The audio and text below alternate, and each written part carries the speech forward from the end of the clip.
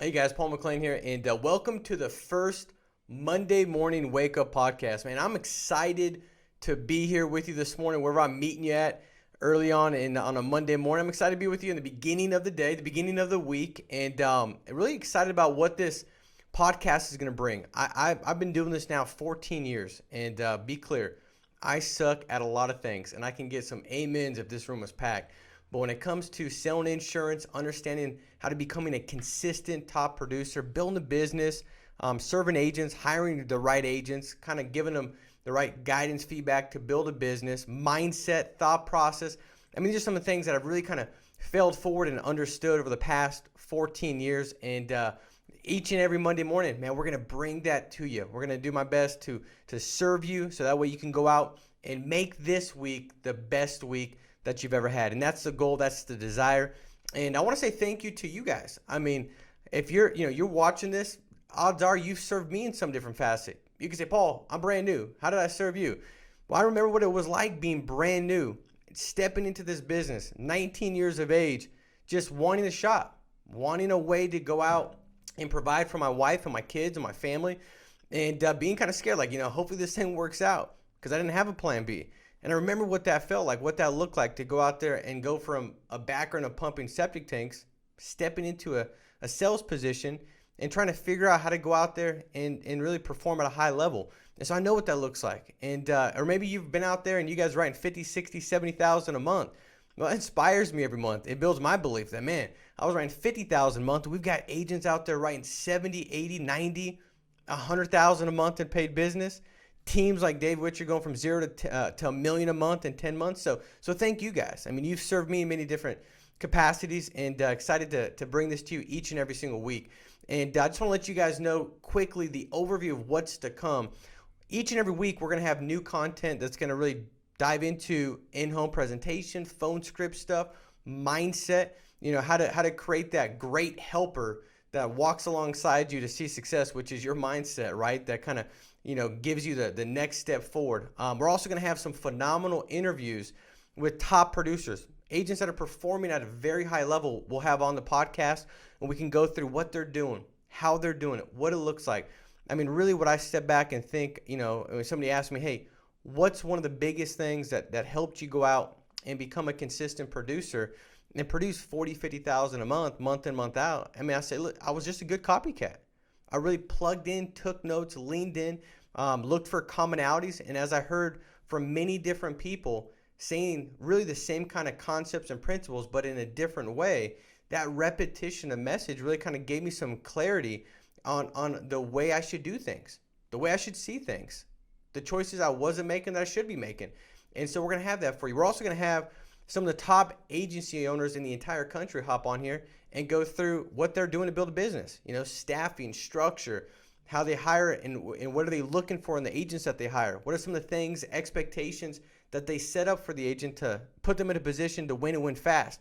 We're going to go through all that kind of stuff. And so each and every week, guys, I can just promise you my desire is going to be to bring in 30 minutes jam-packed content that's going to serve you and serve you well. And so today what we're going to jump into is how to really ensure that you actualize phenomenal results, you actualize the goals you desire in 2021. How do you make 2021 the most fruitful year you've ever had? It's kind of like, how can you go out there and if you plant a seed, you get like a tenfold harvest? And that's what we're looking to do, and we're going to break it down for you today and what matters most as you start the new year. And so before I get into that, I just want to remind you guys to subscribe so that way you don't miss any of the content that's going to be shared every single week. Also share this. I believe that, most people want to have a positive impact on others. I believe if you're watching this, you definitely are the person that wants to have a positive impact on others. And sometimes that's just a simple share of a message, of a podcast where somebody else watches it and it's just exactly what they needed at the right time, and they go out there and make some tweaks, adjustments, maybe heightens their awareness to go out there and perform at a next level, at the higher level, and they see that breakthrough. So make sure to share it, guys, on social media. And what I want to kind of start with is this. So we're going to go through about 5 steps that will ensure that this is a massive year for you. What's step one? Step one is clearly define your wins. And I believe this is important with anything, but we're going to really dive into what does it look like being self-employed with family first life. What is that? How do you clearly define your wins? And I could just tell you guys this much.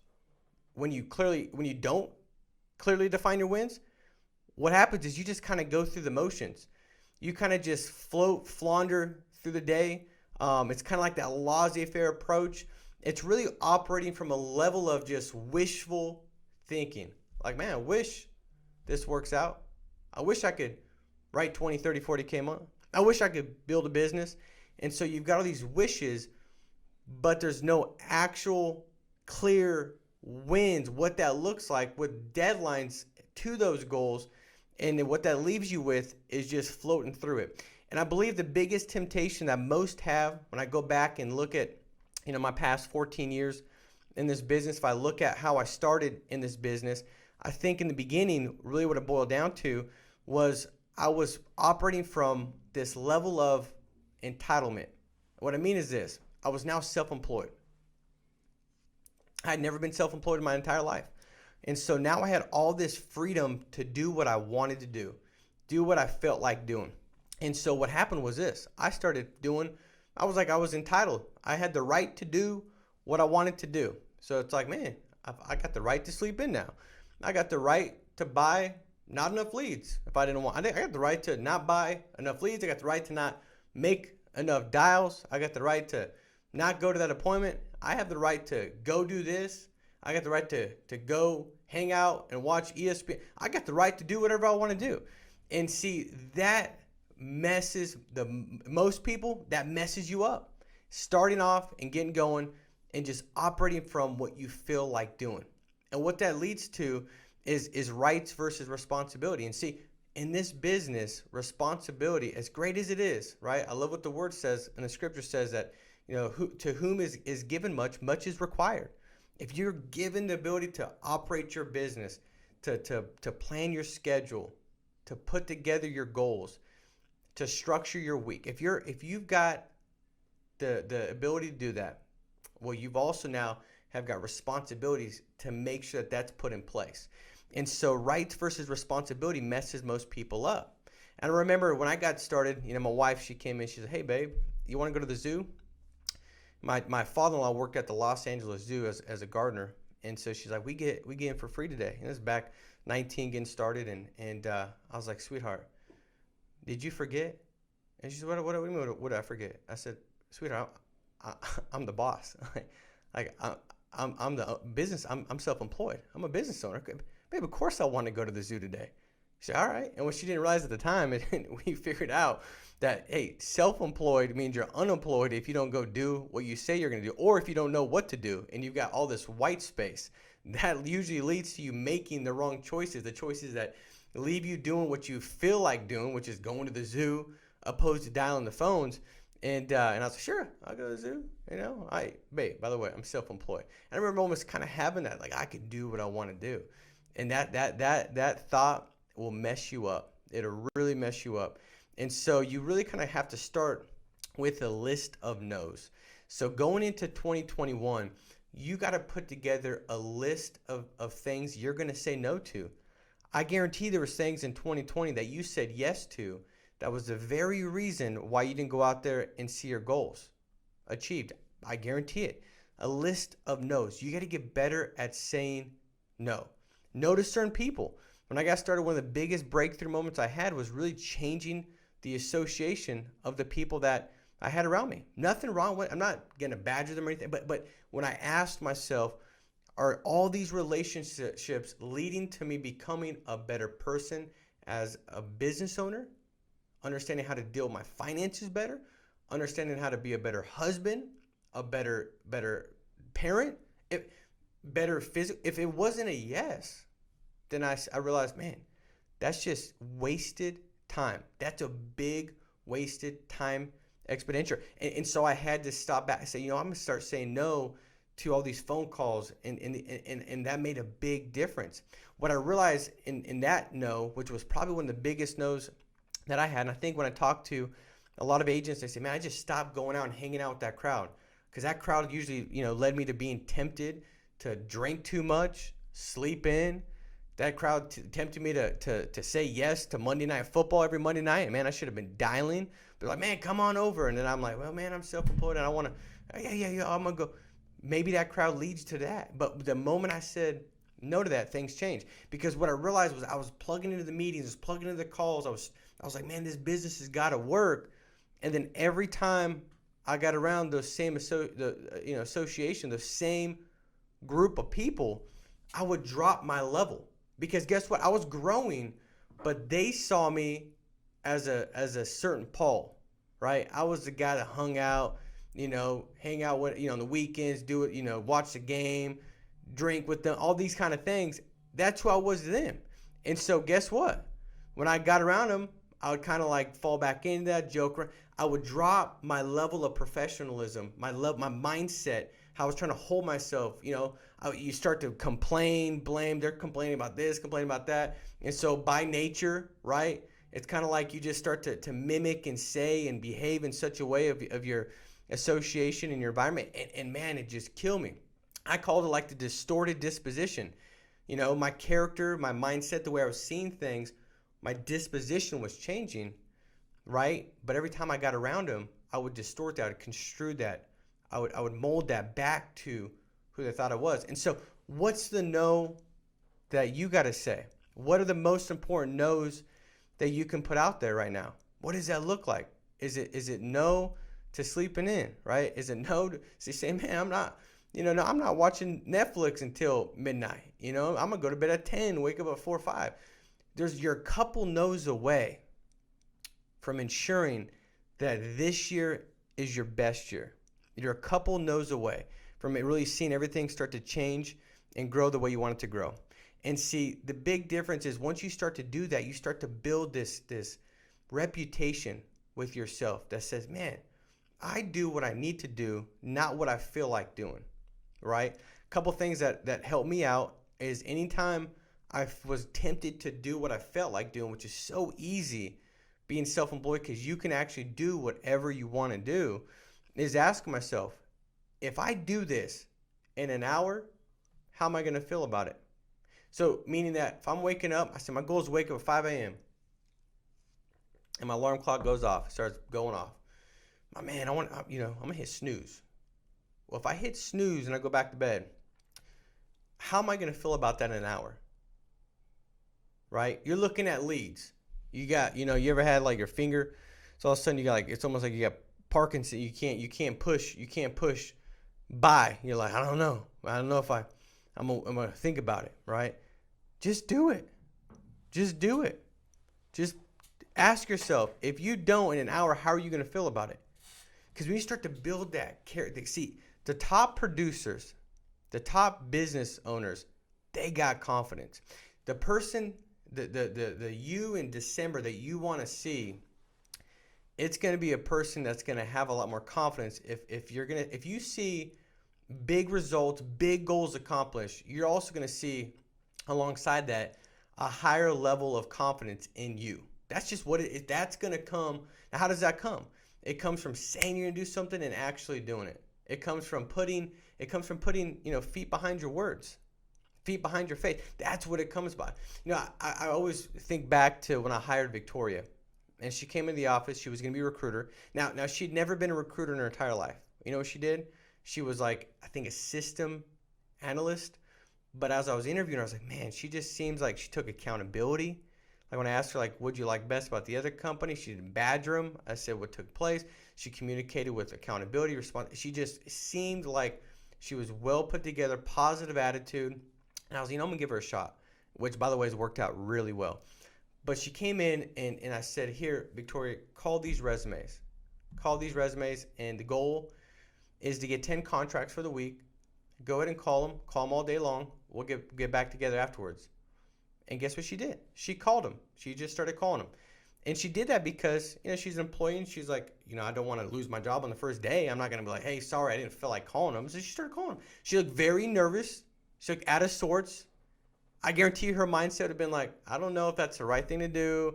That doesn't make sense. Should I know the script more? Should I, No rebuttal. Should I know about the company more? Should I watch more podcasts? She just did it. And only in hindsight was she able to say, that was the right thing for me to do. That was the right thing for me to do. That actually made sense. Because when I went back 4 or 5 hours later, she's like, man, now I feel like I got a better handle on this.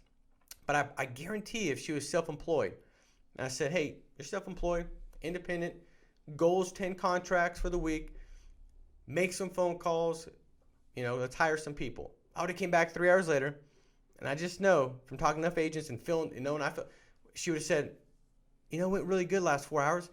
Take a look at my notes. I got some great notes. I've watched 7 podcasts. I know about, Sean's great. I know all this stuff. But when she first made her first dial, none of that stuff would even have helped, because what she thought wasn't, and she would have figured that out when she made her first phone call. That's the way it works. So you just have to do it. Get after it, right? You have to not move from feelings. You got to just go after it. And see, what you got to ask yourself is, what does it matter? If you miss this, or, and I remember saying no to like a lot of different things. Like, hey, can you coach this team? Not this year. No, I can't. Just saying no to things. And you can say, well, that's a big deal. What does it matter? If my goal is, and I'm aware that the season we're in right now, it's never been like this. To go from $2 million a month, and we're just a fraction of FFL. West Coast go from $2 million in January to $10 million in December. That's never happened. What does that reflect? Or what does that reveal? It reveals that, guys, we're in a season that we've never been in. And man, is that exciting. You want to talk about how many lives have been changed financially? Not like, no, like I'm talking really changed. I'm talking 7-figure income earners, people building real businesses, creating a real lifestyle that's within that $10 million issue paid number. I mean, it's unbelievable. It's unbelievable. 2021, you don't want to miss it. This is the year where every no you make, it brings with it value that's 5 times greater than what it normally would have brought in that same no in a different year. This is a season of great harvest with Family First Life. People beating down the door to join. I love what Sean Mike said. He said, man, you know why people keep joining? I said, why is that? He said, dude, they got a calculator. I was like, that's good. And that's true. They got a calculator. And we've never had this many leads, right? It's the time for you to say no. And what I realize is this, I enjoy certain things. I enjoy watching the football game. I enjoy going to my kids' soccer games. I'm going to enjoy watching Super Bowl. I enjoy certain things. I enjoy a good meal. I enjoy going out there. I enjoy things. But my joy is not in what I enjoy. My joy is doing what I say I'm going to do. My joy is my priorities. That's what my joy is. My joy is found in my priorities. Saying, hey, I'm gonna stick to dialing at 7:30 a.m. I'm gonna get after it. That's where my joy comes from. My joy is saying I'm gonna go out and door knock between appointments, and then I do it. That's where I find joy. My joy is serving families and knowing when they pass away, the service I provided. That's my joy. My joy is trying to build skill and get better at the craft of helping families and building agencies. That's where my joy is. It's not in what I enjoy. And so don't get confused. This business is very rewarding, fulfilling, and also very depressing. It's both. It's fulfilling and rewarding if you do what you say you're going to do. If your words match your feet, you'll feel good. But if you don't, man, it's very depressing, because now you're like, I'm just doing what I feel like doing, and you're watching the game or whatever you're doing, and you're going out there, and you're thinking in the back of your mind like, man, it almost takes away the enjoy also, because you lack the joy, because you're like, man, I know I should have done that, I didn't do it, and you can't be there while you're trying to enjoy. You're thinking about the work that you didn't commit to and stick to. But if you do, God, it's so rewarding. You get to enjoy things at a much higher level because you've got the joy knowing that I'm serving people. My joy is to serve people. It's to help people. It's to love people. If you're watching this, I hope that's yours too. If it's not, and you're like, I want to make more money. Well, get that right first. Money's going to come, but you better value people. You better put the best interest of others first, right? If you help enough other people get what they want, you're going to get what you want, right? That's just the way it works. And so, what you got to realize is really breaking down clear wins. So what's a clear win for you? What's not a clear win is when you say, I want to be a top producer. That's not clear. Or if you say, I want to build a big business. That's not clear. But if you say, I want to issue pay $30K a month. I want to issue pay $40K a month. I want to issue pay $20K a month. If you say that, oh yeah, then you can be, now you got some clarity. If you say, I want to build a big business, that's not clear. But if you say, I want to post on social media, share the good news 3 times a day. If you say, I'm gonna have a staff by this day. I'm gonna have my first admin come February 1st. That's clear. If you say, I want to get in better shape, that ain't clear. That is not gonna move you, right? That's gonna, you'll be distracted by everything. There's no clarity. You have no point of focus. But if you say, I want to run 3 miles a week, if you say, if I want to, lose 10 pounds in the next 30 days, that stuff is clear. Now you've got clear wins, and you need clear wins because you need to know when you're doing a good job. That's where fulfillment also, knowing that, hey, I did what I said I was going to go out and do. So what does that clear win look like for you, right? Having specificity. Maybe for some of you, you read a blog like I did a while back that scared me. It's about lottery winners. They said like 70 or 89, some crazy amount of lottery winners, they go bankrupt after like 12 months. And I was like, that's crazy. Well, it's because they're not growing themselves. They don't know how to attain that. It's a thermostat situation where they're just going right back to the degrees that they're set at. If that degree is $100,000 a year, they just figured a way to get rid of it until they get back to 100 grand. Or that degrees, it's like they get hot, the window opens, thermostat kicks on, it brings it right back. And so maybe your goal is to develop, to get better, to grow. You say, I want to personally grow. Well, what does that look like? Specific, clear wins. I'm going to read a book a month. Well, that's clear. That you can move from. I want to read this to you because this is the thing. You can't do what you can't define. So if you can't define it, you can't do it. And so this is something that I thought was pretty good that breaks down how important it is to clearly define it, but also to write it down and to share it. It says that Dr. Gail Matthews, a psychology professor at Dominican University, found that people who write down goals are 42% more likely to do them. She also found that if you write your goals down and tell a friend that you're attempting to achieve, the likelihood that you will reach your goals increases to 78%. Let's talk about it in more concrete terms, right? So looking at 2020, did you achieve your goals? Did you accomplish what you wanted to in 2020? If you don't know, then you didn't have clear goals, clear wins. You didn't define it. Maybe you just drifted, kind of existed, floated, survived through the year. So we need to clearly write down and structure the activity to accomplish them. So point number 2 is structure. We have to give good intent structure. Clear wins. So now we've clearly defined them. Now we got to put the structure in place to ensure that we know what to take, what steps to take, when to take them, and what it looks like to cross that path from this is where I'm at and this is my clear win. How do I get to my clear objective win? What does that look like? So let's break it down, right? I like this example, because it hits home for me. I don't know if it hits home for you, but a lot of kids, especially in California, they had this Zoom, right? They've been doing the at-home learning. What I realized really quickly was that at-home learning, you needed some structure. Now, I got 4 kids, so we've overproduced. And so, my wife's trying to, teach the kids, get them on Zoom, get them off Zoom. And what I realized is, without this structure, my 13-year-old, I went in a room and the other day I was like, what are you still sleeping for? You got school in 2 minutes. Like 2 minutes.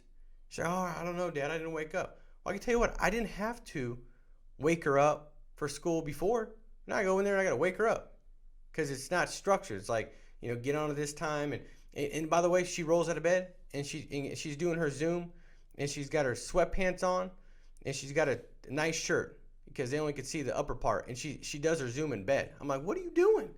There's no structure. And that was my fault because I didn't say, hey, you got to get to bed, so we're going to do it. I didn't provide that structure. So she's just kind of going through the motions. Like, I could get away with, I can get away with just hanging out. And what she doesn't realize is that which is unseen, you know, sweatpants, sitting in bed, being lazy, that which is unseen is more detrimental psychologically than that which is seen, which is her nice, you know, shirt she's wearing that they can see. Because she knows she's wearing sweatpants. She knows she's wearing sweatpants. And I wonder if you've had that show up in any area being self-employed in the past 12 months or in the past couple months, maybe it was last week, where you kind of, what can I get away with? And you didn't realize how detrimental that was for you to go out there and see the success you want to see. So you got to provide structure. And you look at the prison system and how many people go into the prison system and they go in and they get structure. This is when you got to go to bed. This is when you got to eat. This is when you go to the yard. This is when you wake up. Everything's structured. A lot of times they'll rehabilitate and they're in great spot mentally and they're ready, but they go back out to society. There's no structure provided, and they run back to where the structure is. They run back to, they end up committing a crime to get back to that which was structure was provided. We all long for structure. And you don't want to be the person that's back in a job, working a job, because you didn't have the structure. You didn't put the structure in place for yourself to go out there and ensure that you could be successful in this self-employed world. And so ambiguity is the enemy of accountability. Ambiguity it's the enemy. Unclear, fogginess, that's the enemy of accountability. And self-accountability, that's the key to success. So you got to reverse engineer it. Well, how does that look, Paul? Well, you say, I want to write $20,000 a month. Well, you've got a ratio, and you can take confidence in your ratio. What does that mean? Well, if you ran 20 appointments a week, you could say, and let's just say you wrote 10,000. You divide 20 appointments into 10,000. Every time you book an appointment, it's 500 AP. It doesn't matter if they no-show, cancel, don't show up, reschedule. Doesn't matter. Every time you book an appointment, that's 500 AP. That's the way it works out. So let's just say you sat with 15 of the 20. 15 divided by 10,000. Every time you sit with a client, even if you don't sell it, that's worth 750 AP. What if you close 10? 10 divided by 10,000, that's 1,000. Every time you help the client, that's 1,000 AP. So you've got a ratio. Now, if you're brand new, you just want to go fast. Don't worry about a ratio strategy. Just get a bunch of leads and make some dials. Get through your first 100 appointments as fast as possible. Why? On the other end of the 100 appointments, you're going to have a ratio. And then you can build confidence in that ratio. I can't tell you how many times I've got a national convention, which, by the way, there's 7 of them coming up. You want to have that planned and scheduled. That'll make a massive difference in your business. But I come at a conference and an agent says, man, Paul, I don't suck that much. I'm like, well, I never thought you did, but why do you say that? Well, that guy on stage, John Wemmer, or this they were breaking down the ratio. They were writing 500 grand last year. And dude, I did the math, and I actually write more per appointment than they do. All they're doing is they just get more leads.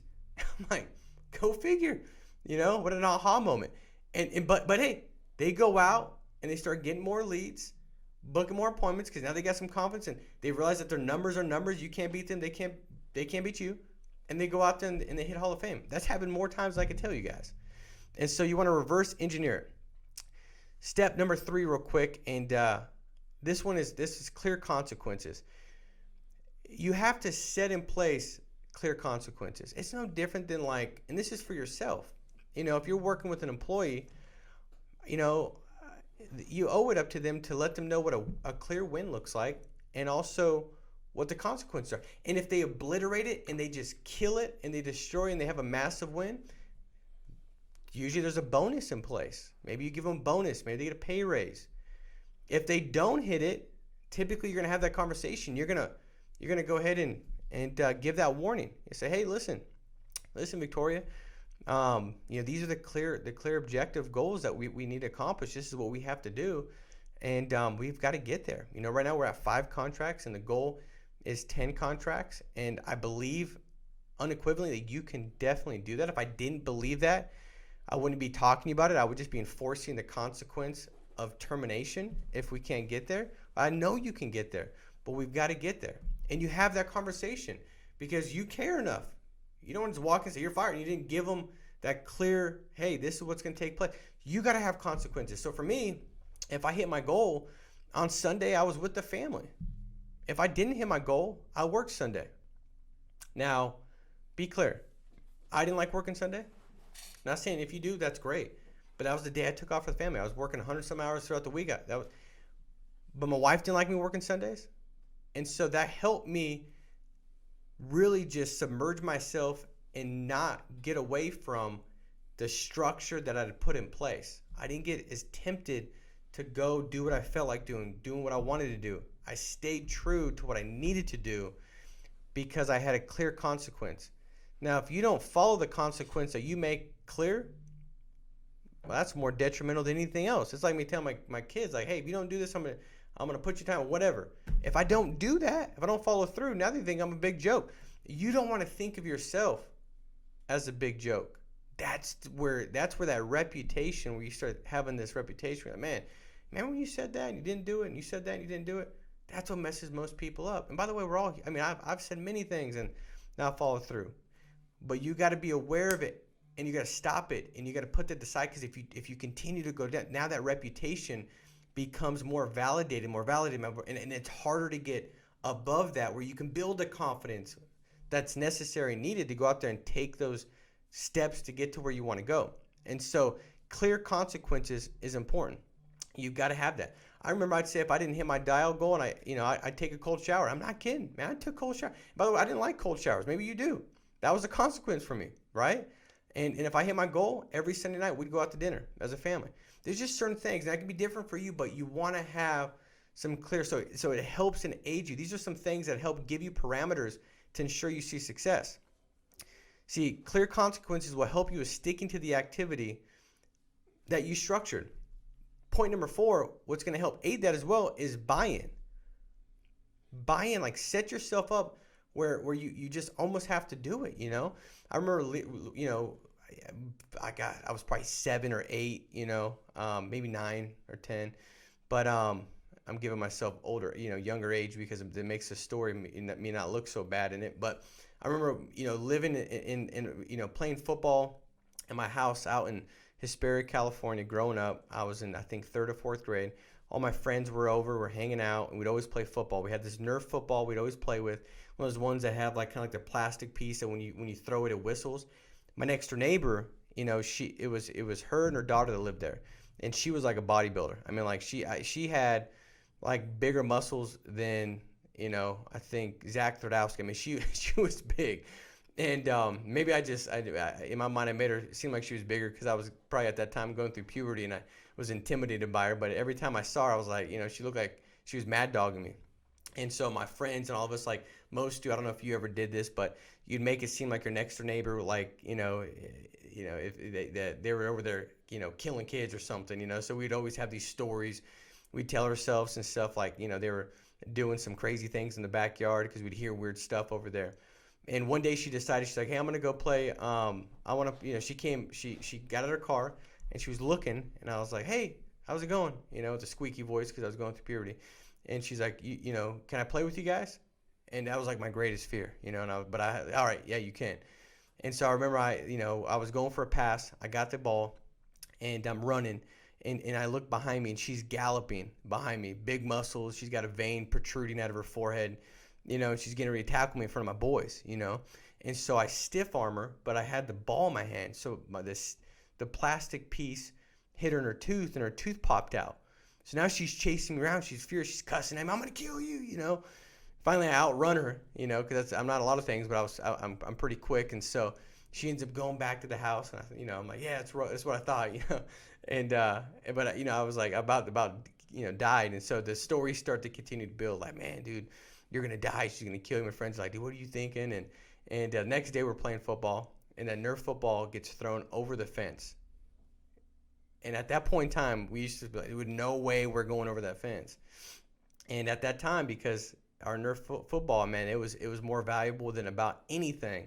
We went from like, there's no way to, man, we got to figure out how to get over there. We can get that Nerf ball. And we went out, we figured out how to hop the fence, amidst all the stories of never, daring each other to go over the fence and never doing it. And amidst the fact that, I just almost got, tackled. But what I'm saying is, like, we had bigger buy-in. And so for some of you, you're going to take that step that's necessary to see massive success if you have more buy-in. Maybe you got to get an office. Maybe it's getting a staff member this year. Maybe it's investing more in leads. Maybe it's to do a travel trip. I don't know, but creating more of a buy-in is a big deal. If it feels uncomfortable, run to it. And the last thing is this. Number 5 is keep your reasons right in front of you. You got to have those listed. If that's surviving, like I need to survive like mine, well, make sure that's in front of you. Like, pictures that, hey, I got my kids, I got to provide for my family, I got to survive. And that's how it was when I got started 14 years ago, being 19. So were you motivated by what to get and how to get it? No, I was motivated by surviving, right? I was motivated. And then maybe it's materialistic stuff. Maybe it's I want to live here and I want to drive this and I want to, whatever that might be for you, right? Maybe it's external things. Like I wanted to be able to buy my mom a car, buy my mom a house. I wanted to be like her pension, her annuity fund, because she doesn't have any money. She's disability, and I wanted to be that for her. You know what I mean? Maybe it's giving back. Maybe it's tithing to a church. I wanted to tithe eventually a 6-figure check to the church. That was something that motivated me. When I started to check off these reasons of, hey, I've survived now. I got a good house. I got these things. Keeping me moving. For me in the beginning, it was continuously looking at how I could feed my business, because I realized that the more I would produce, the more I could feed my business. And that kept me from that producer rat race of going and getting all these other things too soon. My reason was if I can build lifestyle, if I can help enough other people build a business, I could own a business, I could go do what I want to do when I want to do it. I wanted to be able to have the freedom to say yes to different options, not having to say no based off money. I wanted to go create a memory. I wanted to go create a memory with the family. I want to be able to say yes to that. So external, maybe it's legacy, building a business so that could be passed on. Maybe it's virtue, character, showing the kids that, man, you're a worker. You go out there and do what you need to get done. You operate from faith, positive attitude, mental toughness. Maybe it's some of those things to build that virtue. That's been some of my big motivating things that I kept out in front of me, that I didn't want to fall into complacency. I didn't want to do the easy path. I wanted to be able to go out and show excellence and performance, because hey, God's created you for greatness, and every one of you has a complete ability to go out there and see massive success. And so guys, I hope this makes sense. Last thing I'll do is kind of give you a summary. Number 1 is clearly define your wins. Number 2 is structure. Number 3 is clear consequences. Number 4 is buy-in.